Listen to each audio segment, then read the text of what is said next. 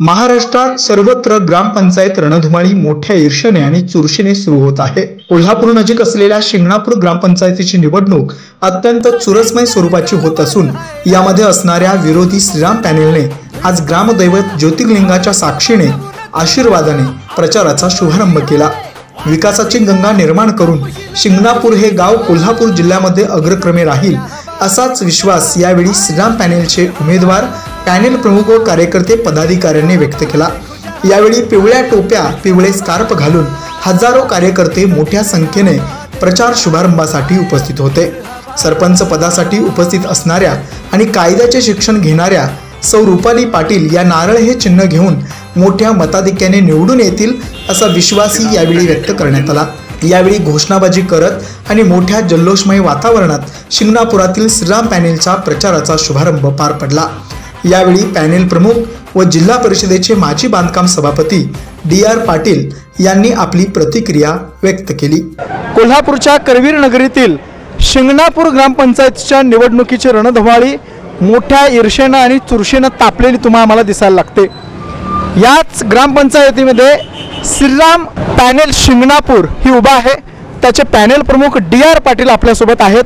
अगदी जिल्हा परिषदेचे माजी बांधकाम सभापती म्हणून त्यांनी काम पाहिलेलं आहे आणि ह्या ग्रामपंचायतीच्या विकासात्मक कामाचा आराखडा एक चांगल्या पद्धतीने निर्माण करायचा आहे आणि या हेतूनेच ते आज आपल्यासोबत इथं संवाद साधणार आहेत। DR पाटील साहेब, श्रीराम पॅनेल तुम्ही निर्माण केलंय, या पाठीमागचा हेतू काय? गेली 25 वर्ष आम्ही ह्या शिंगणापूर राजकारणामध्ये भाग घेतला आहे आणि हे करत असताना ज्यावेळी आम्हाला गावानं एकमुखी पाठिंबा देऊन मी कुठलीही इलेक्शन न लढवता माझ्या आयुष्यात एकच इलेक्शन लढवली आणि एकच मी जिंकली आणि आजपर्यंत मला जो मान सन्मान जिल्हा परिषदेमध्ये मिळाला तर मी सोनं केलेलं आहे। आज 2006मध्ये ह्या शिंगणापूरला क वर्ग दर्जा मिळवण्यासाठी माझ्याबरोबर आमदार बंटी पाटलांसुद्धा मला चांगलं मोलाचं सहकार्य केलं आहे आणि त्या माध्यमातून आज नदीचा परिसर हा सगळा स्वच्छ सुंदर केलेला आहे। विरोधकांनी कोणतं काम केलेलं नाही की जे तुम्ही करणार आहात आणि तो विकासाचा मुद्दा पुढे घेऊन या शिंगणापूरच्या जनतेसमोर तुम्ही आलेला आहात? विरोधकांनी आजपर्यंत नुसत्या अशा भूलथापा दिलेल्या आहेत, काही काम केलेलं नाही। त्यांचा एक धंदा आहे असा की कॉन्ट्रॅक्ट करणे, कॉन्ट्रॅक्टमध्ये काय मार्जिन मिळतंय हा एकच त्यांचा उद्देश आहे आणि दुसरं त्यांना काही साध्य करता आलेलं नाही। त्यांना आज एक सर्वसामान्य माणसाला एखादं जनावरसुद्धा घेऊन दिलेलं नाही किंवा सर्वसामान्य शेतकरी आहेत एखादा शेतीसाठी लागणारे जे अवजार आहेत त्यांना जिल्हा शासनामार्फत यांनी काही सहकार्य केलेलं नाही आहे। कोणता विकासाचा मुद्दा घेऊन श्रीराम पॅनेल या निवडणुकीत उतरतो? आता मी पाणी पुरवठा पूर्वी 2006ला 1,27,00,000 स्कीम होती। आज ती पाणी पुरवठा सगळीकडे चालू आहे पण तो आता लोकसंख्या वाढल्यामुळे पाणी पुरवठा अपुरा आहे। आता दुसरा वाढीव प्रस्ताव पंचायतीनं दिलेला आहे।